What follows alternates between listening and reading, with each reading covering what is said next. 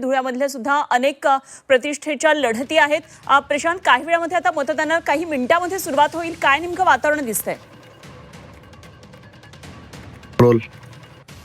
धुळे शहरात तापमानाचा पारा हा 8 अंश सेल्सिअस पर्यंत खाली आहे. मात्र राजकीय वातावरण शहरामध्ये तापलेलं आहे.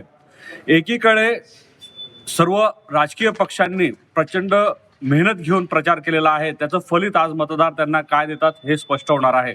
शहरामध्ये 4,30,000 मतदार मतदान करतील आणि शहराचं पुढील 5 वर्षाचं भवितव्य आज ते निश्चित करतील.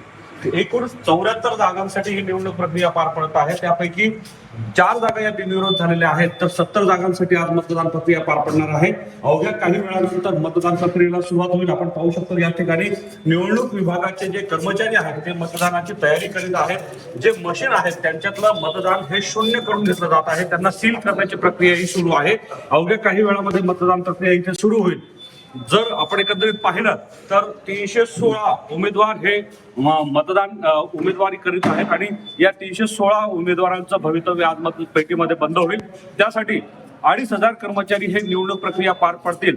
तर या सर्व निवडणूक प्रक्रियेला पारदर्शकपणे पार पाडण्यासाठी 1,500 पोलीस कर्मचाऱ्यांचा बंदोबस्त तैनात असणार आहे. प्रशांत परदेशी, झी मीडिया, धुळे.